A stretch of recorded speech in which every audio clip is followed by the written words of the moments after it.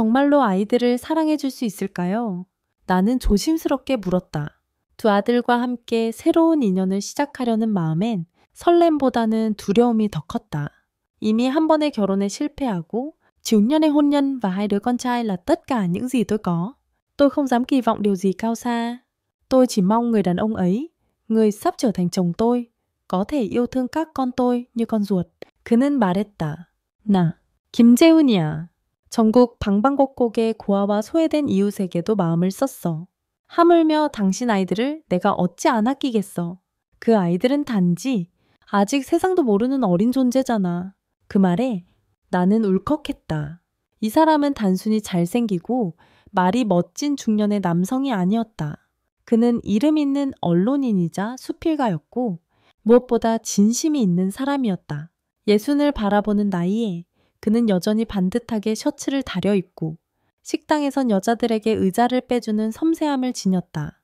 하지만 사실 내가 그를 사랑하게 된 건 훨씬 더 오래전부터였다. 내 나이 17, 문학 포럼에서 우연히 그의 글을 접하고 처음으로 가슴이 뛰었다. 그의 문장 하나하나에 나는 위로받았고 사랑에 빠졌다.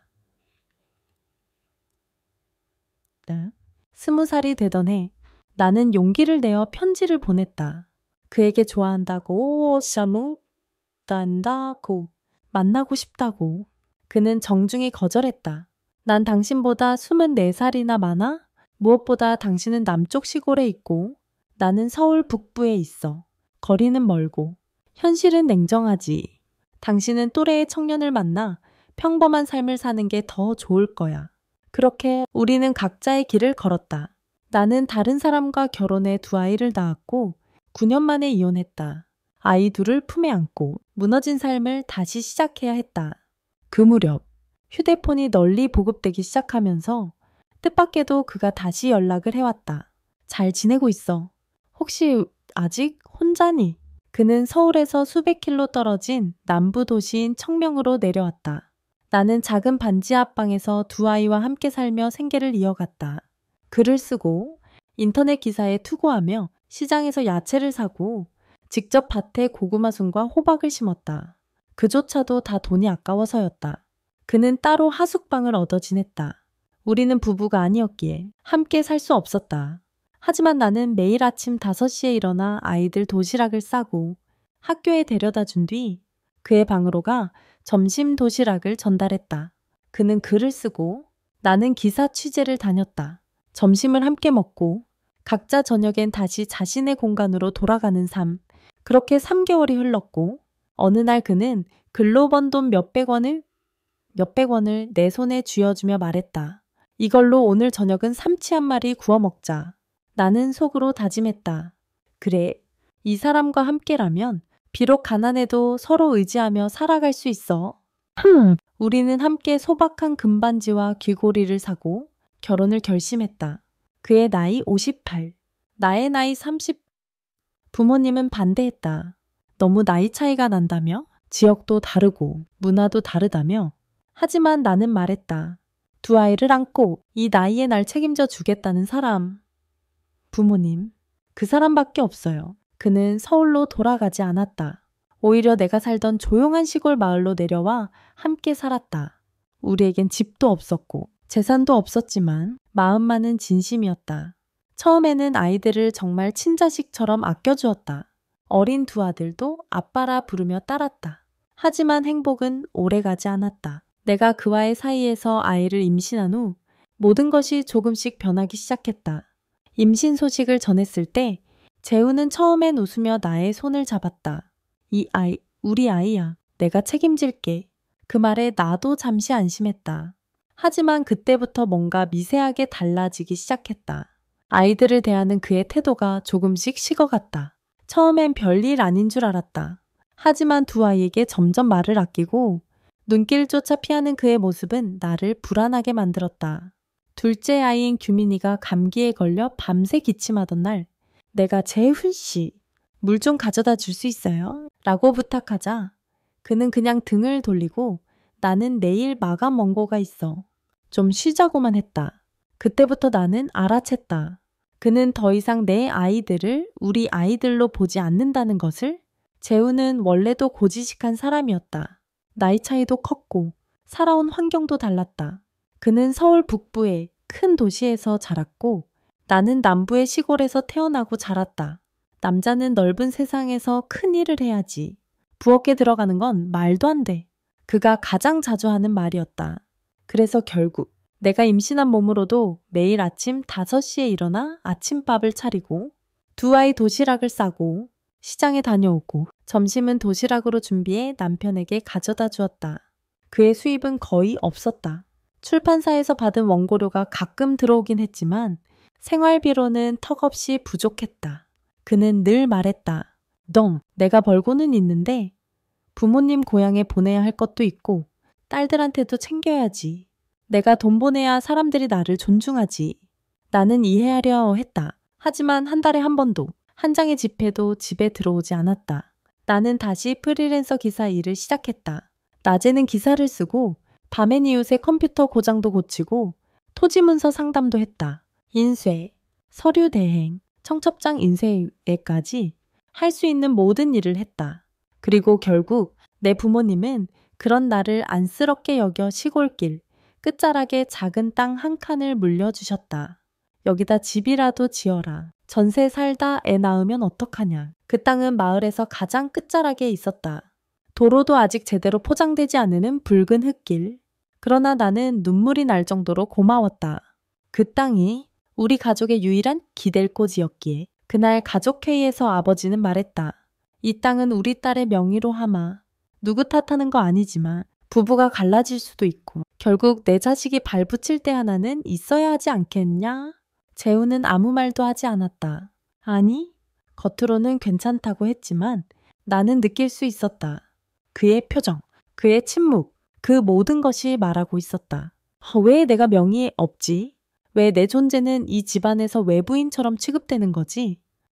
그 후로 그는 더욱 고집스러워졌다. 생활비는커녕 자기 이름으로 된 계좌조차 보여주지 않았다. 내가 쓴 글이 잡지에 실려 조그만 원고료가 나올 때면 그는 비꼬듯 말했다. 강아지가 자동차를 쫓다가 진짜 물어버린 격이네. 그게 뭐라고 그렇게 바쁘게 써대? 나는 조용히 대답했다. 그 돈으로 쌀을 사요. 물도 사야 하고 아이들 학용품도 사야 해요. 그는 들은 척도 하지 않고 손에 들고 있던 미숫가루를 천천히 마셨다. 어느 날 나는 신문사 간담회에 참석했다. 마침 단체 사진이 찍혀 이메일로 사진 몇 장이 왔다.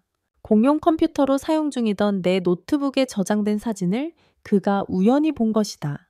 그날 밤 그는 아무 말 없이 집안을 빙글빙글 돌다가 갑자기 소리를 질렀다.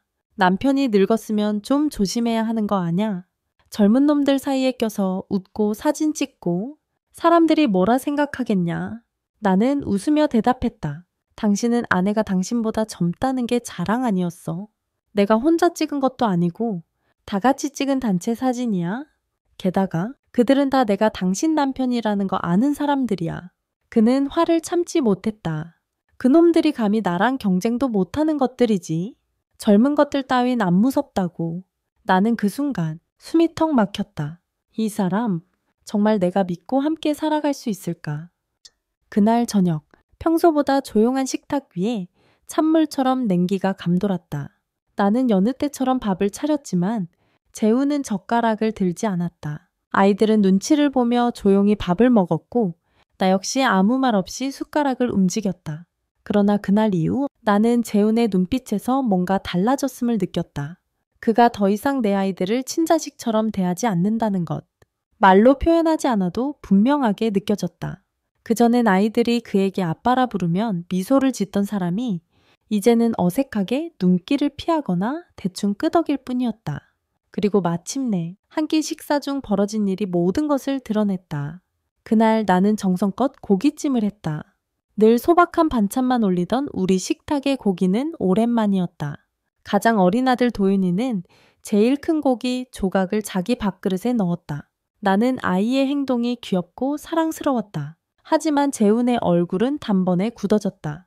그는 천천히 젓가락을 내려놓고 내 손목을 끌고 마루로 나갔다. 너 애 교육을 이렇게 시켜. 어떻게 남의 자식이 제일 큰 걸 먼저 가져가. 내 자식이었으면 그냥 벽에다 던졌어. 나는 숨이 멎는 듯 나다나다나 뒤에 줌이 숨 멎는 듯 했다. 남의 자식이라고요? 당신이 직접 말했잖아요. 그 아이들도 나와 다르지 않다고. 그는 대답하지 않았다. 단지 고개를 돌리고 침묵했다. 그 순간 나는 알아버렸다. 그의 마음속에서 내 아이들은 이미 경계선 너머에 있었다. 그날 밤 나는 잠을 이룰 수 없었다. 다음 날 새벽 다시 일어나 밥을 지었다. 배가 불러오는 배를 안고 허리를 숙이며 시장에 다녀오고 원고 마감을 하고 아이들 숙제를 봐주고 모든 하루가 빽빽하게 이어졌다. 그리고 결국 나는 아들을 출산했다. 그 아이는 재훈과 나 사이의 첫 번째 그리고 마지막 아이였다. 그날 새벽 눈이 소복이 내리는 겨울 끝자락 3일 밤낮의 진통 끝에 나는 2kg의 건강한 아기를 품에 안았다. 아이의 탄생은 기적이었다. 하지만 아이가 태어난 지 한 달도 안 돼. 재우는 뜻밖의 말을 꺼냈다. 애를 따로 재워야겠다. 엄마 품에 너무 오래 쓰있으면 버릇 나빠져? 독립심을 키워야지. 그 말에 나는 어리둥절했다. 아직 제 몸 하나 가누지 못하는 신생아를 혼자 자게 하자고. 그날 밤 아이는 계속 울었고 나는 침대 옆에 무릎 꿇고 애를 달래야 했다. 그 모습을 본 친정엄마가 참다 못해 말했다. 너 미쳤니? 애기 데리고 장난쳐. 겨우 한 달 된 아이를 떼놓고 자는 사람이 어딨어. 엄마의 호통에 재우는 잠시 멈칫했다. 그리고 그날 밤부터 아이는 다시 내 품에서 잠들기 시작했다. 하지만 그 사건은 단순한 육아 방식의 차이를 넘어서니 좀 영네 우리 사이의 균열을 예고하는 조짐이었다.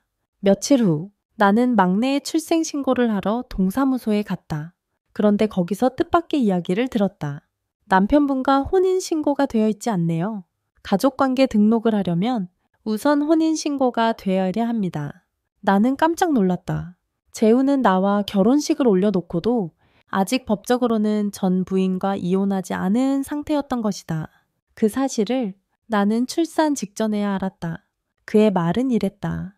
이혼은 마음의 문제야. 서류만으로 다 설명되지 않아. 내가 너와 결혼했잖아. 그게 중요한 거지. 하지만 행정은 마음을 몰랐다.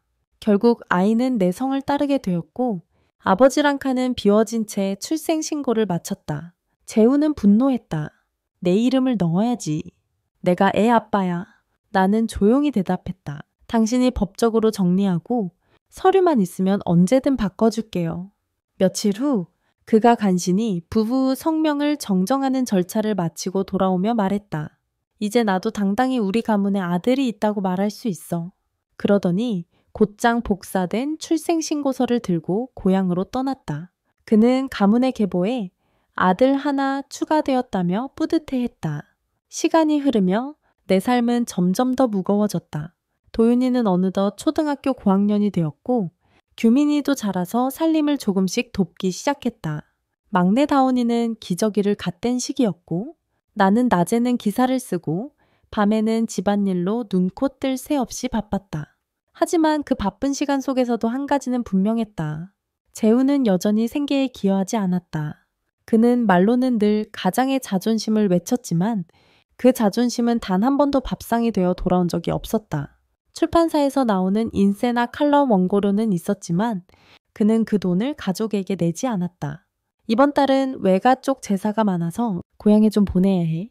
형수님 아들이 결혼하잖아. 어른 체면이 있지. 큰딸이 아프다 해서 병원 검이 좀... 그는 매달 새로운 가족의 의무를 이야기했다. 그때마다 나는 그냥 고개를 끄덕일 수밖에 없었다. 아이들이 보고 있으니 괜히 싸우기도 싫어났다. 그렇게 몇 년을 버텼다. 나는 원고를 쓰고 인쇄소 일을 도우며 심지어 아이들의 숙제를 대신 봐주는 아르바이트까지 했다. 그러던 어느 날 나는 큰 결심을 했다. 집 뒤편에 조그마한 부엌과 화장실을 만들기로 6년 동안 우리는 부엌도 없는 단칸방에서 살아왔고 화장실은 외부의 부모님 댁이나 허름한 임시시설을 써야만 했다. 아이들이 커가고 특히 재훈이 당뇨로 몸이 약해지면서 더 이상 위험을 감수할 수 없었다. 문제는 돈이었다. 나는 기자협회의 여성 프로그램을 통해 소액 대출을 받을 수 있었고 그 돈으로 집을 확장하기로 했다. 건축 자재를 주문하고 아버지와 아이들이 벽돌을 나르며 도왔다. 하지만 정작 재우는 단 한 번도 현장에 내려오지 않았다. 그는 컴퓨터 앞에서 작업 중이라며 움직이지 않았고 마치 이 일이 자신과는 아무 관련 없는 것처럼 행동했다. 아버지가 화가 나서 말했다. 너도 사위란 놈이면 내려와서 벽돌 한 장이라도 들지. 딸한테 집을 지어주는데 넌 뭐 하는 놈이냐? 재우는 태연하게 대꾸했다. 전 그런 거 안 해요. 하고 싶으면 하세요. 전 안 하고 싶어요. 결국 아버지는 분을 참지 못하고 벽돌을 쥐고 던지었다. 나는 그때 처음으로 부모님의 분노를 봤다. 우리 딸이 어떤 사람한테 시집을 간 건지 이제야 알겠다는 눈빛이 나를 더욱 슬프게 했다. 며칠 후 재우는 조용히 짐을 챙겨 고향으로 떠났다. 딸이 아이를 낳았고 손주가 황달로 병원에 입원했다며 다급히 떠났지만 나는 그가 돌아오지 않을 것을 직감했다. 그리고 이틀 후 그는 이메일을 보내왔다. 나는 떠났다. 내 물건들. 당신이 다 치워줬으면 좋겠군. 당신이 더 소중히 여긴 건 결국 그 조그마한 땅이었지. 잘 살아보라. 그 이메일은 차가웠다. 하지만 더 충격적인 건 그가 며칠 뒤 SNS에 올린 공식 이별 선언이었다. 문단 사람들을 태그하며 이렇게 썼다. 2016년 9월 10일부로 나는 그녀와 결별한다. 그녀는 나에게 순종적이지 않았고 그래서 나는 그녀를 떠난다. 내가 남긴 재산은 오토바이 한 대와 연말 성금 30만 원이다. 이 모든 것을 그녀에게 남기고 떠난다. 나는 그 글을 읽으며 웃을 수밖에 없었다. 연민도. 분노도 아닌 허무한 뿐이었다. 그날부터 나는 진짜 혼자가 되었다. 정식으로 혼인신고조차 하지 않았기에 법적으로 이혼할 일도 없었다. 그저 그가 사라졌고 나는 아이들과 함께 남았다. 하지만 그게 끝이 아니었다. 몇 달 후 그는 아무 예고 없이 다시 돌아왔다. 대문은 잠겨 있었지만 부모님 댁을 통해 돌아오는 길을 찾았고 내 집 마루에 걸터 앉아 있었다. 바지는 반바지, 상의는 벗은 채 맨발로 앉아있는 그 모습은 더 이상 가족이 아닌 낯선 사람 그 자체였다. 나는 그를 바라보며 조용히 말했다. 여긴 더 이상 당신 집이 아니에요. 그리고 그 말도 안 되는 이혼 선언문은 당신이 쓴 거잖아요. 나도 이제 당신을 남편으로 생각하지 않아요. 그는 말했다. 좋아. 그럼 내가 볼을 데려갈게. 네가 집이 중요하다 했지. 나네가 더 중요하거든. 그 말에 나는 더 이상 참을 수 없었다. 아이를 데려가고 싶으면 법적으로 싸우세요. 하지만 아시죠? 우린 혼인신고도 안 했고 당신은 이미 다른 부인과의 결혼도 유지 중이잖아요. 그는 아무 말 없이 고개를 숙였다. 그리고 말없이 사라졌다. 그가 떠난 뒤 집은 다시 평온을 되찾았다. 비록 어수선했던 감정은 남아 있었지만 나는 더 이상 두려워하지 않았다. 이제는 정말 내 아이들과 함께 나만의 삶을 살아야 한다는 각오가 생겼다. 큰아들 재민은 어느덧 중학교 3학년이 되었고 규민도 1학년이 되었다. 막내 다온이는 초등학교 입학을 앞두고 있었다. 나는 더 이상 기자 일을 하기 어려웠지만 대신 집에서 컴퓨터 문서 서비스를 시작했다. 작은 간판 하나 달고 서류 대필, 타이핑, 출력, 복사, 인터넷 민원 서류 대행 등을 했다. 수입은 크지 않았지만 최소한 쌀과 학용품 정도는 감당할 수 있었다. 아이들은 자라면서 더욱 든든한 동반자가 되어주었다. 주말마다 재미는 밭에 물을 주고 잡초를 뽑았고 규민은 동생 다온이를 챙기며 작은 일을 도왔다.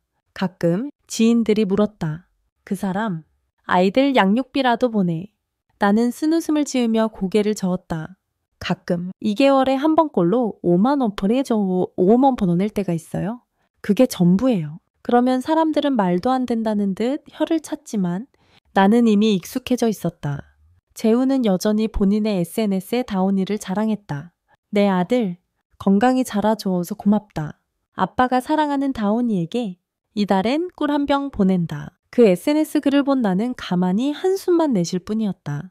그는 사람들에게 자상한 아버지로 보이고 싶었겠지만 다온이의 아버지로서 해야 할 진짜 역할은 하지 않고 있었다. 아이의 옷, 신발, 책, 간식, 병원비, 그리고 미래를 위한 교육비까지 모두 나 혼자 감당하고 있었기 때문이다. 하지만 나는 무너지지 않았다. 오히려 더욱 강해졌다. 재미는 고등학교를 졸업한 뒤 IT 계열 공무원 시험에 합격해 동네 행정복지센터에서 근무하게 되었다. 규민은 요리에 관심이 많아 조리과를 졸업한 뒤 한 병원 식당에서 일하고 있다. 그 아이가 말하길, 엄마, 내가 요리사가 된 거는 엄마 덕분이야. 어릴 때부터 우리 밥을 챙기던 기억이 나를 만들었어. 그 말을 듣는 순간 나는 울컥했다. 내가 지켜온 작은 식탁이 아이에게는 인생을 결정짓는 기억이었구나. 막내 다온이는 올해 중학교 3학년. 공부는 썩 잘하는 편이 아니지만 사람 마음을 잘 읽는 아이였다. 나는 아이에게 이렇게 말했다. 공부도 중요하지만 마음 따뜻한 사람이 되면 그걸로도 엄마는 충분해. 주말이면 다온이는 형들에게 배운 레시피로 집 앞에서 간단한 길거리 음식을 만들어 팔기도 했다. 보이 버터 계란빵, 초코분게 호빵, 에어무꼬치. 조그마한 포장마차지만 아이는 그 일을 할 때만큼은 누구보다 자신감 넘쳤다. 나는 그 모습을 보며 생각했다. 그래, 우리 인생 이제는 잘 굴러가고 있어. 느리지만 단단하게. 재우는 그 후로도 몇 번 연락을 해왔다. 몸이 아프다며 약을 보내달라. 꿀을 판매 중인데 사달라. 또는 다온이에게 선물을 보내고 싶다며 주소를 물었다. 하지만 나는 예전처럼 응하지 않았다. 그의 진심이 궁금하지 않았고 그의 사정이 중요하지도 않았다. 이제 내 우선순위는 오로지 아이들, 그리고 나 자신의 삶이었다. 내가 가장 후회하는 것은 사랑이 아니다. 그 사람을 너무 사랑한 나 자신을, 무조건 믿었던 나 자신을, 그 어리석음이 너무 아팠다. 하지만 나는 깨달았다. 진짜 사랑은 함께 견디는 것이고 함께 성장하는 것이며 서로에게 책임지는 것이라는 걸. 그날도 여느 때처럼 다온이는 학교를 마치고 집으로 돌아왔다. 책가방을 내려놓자마자 신이 나서 말했다. 엄마, 오늘 학교에서 조별 발표를 했는데 내가 우리 조 대표로 말했어. 애들이 다 박수 쳐줬어. 리에 적철해서. 나는 웃으며 아이의 머리를 쓰다듬었다. 잘했구나. 다온아, 엄마가 너를 정말 자랑스럽게 생각해. 다온이는 그 말에 한껏 신이 나더니 불쑥 이렇게 말했다. 근데 엄마, 아빠는 내 발표 듣고 싶지 않을까? 나 아빠한테 문자 보내볼까? 순간 심장이 쿵하고 내려앉았다. 재훈과 나는 더 이상 아무런 연락도 주고받지 않고 있었다. 하지만 다온이는 아직 어렸다. 아빠를 그리워할 나이였다. 나는 잠시 말을 아끼다. 부드럽게 말했다. 그래, 보내봐도 괜찮아. 너는 언제나 아빠를 그리워해도 돼. 다만 기억해. 아빠가 지금 내 곁에 없다고 해서 너의 빛나는 순간들이 작아지는 건 아니야. 다온이는 고개를 끄덕였다. 그날 밤 나는 아이가 쓴 메시지를 훔쳐보았다. 아바, 나 오늘 발표 잘했어. 보고 싶어요. 답장은 오지 않았다. 며칠 뒤 기자 지인들로부터 뜻밖의 전화를 받았다. 너 다시 재훈 씨랑 만나는 거야? 둘이 화해한 거 아니야. SNS에 둘이 다시 만났다고 써놨던데 나는 깜짝 놀라 그들의 전송한 화면을 확인했다. 거기엔 재훈이 다른 여성과 찍은 사진이 있었고 글엔 이렇게 쓰여 있었다. 오랜 시간이 걸렸지만 우리는 다시 서로를 찾았습니다. 인생은 결국 돌고 돌아 사랑하는 사람 곁으로 가는 법이죠. 사진 속 여자는 나와 전혀 닮지 않은 사람이었다. 나는 잠시 말을 잃었다. 슬프지도 않았고 화도 나지 않았다. 단지 허탈했다. 그는 마지막까지 나를 이용했다. 그의 이야기에 감성이라는 포장을 씌워 스스로를 낭만적인 남자로 만들고 싶었던 걸까? 현실은 외면한 채 SNS 속 허상으로만 살고 싶은 사람이었을지도 모른다. 그날 밤 나는 아이들 셋이 잠든 모습을 바라보며 생각했다. 이 아이들을 위해 나는 더 이상 과거를 끌어안고 살 수 없다. 그래서 나는 그날 이후 재훈이 보낸 연락을 모두 차단했다. 그리고 스스로 약속했다. 다온이에게 아빠의 그림자를 보여주는 대신 엄마의 온기를 더 많이 줄 것이라고.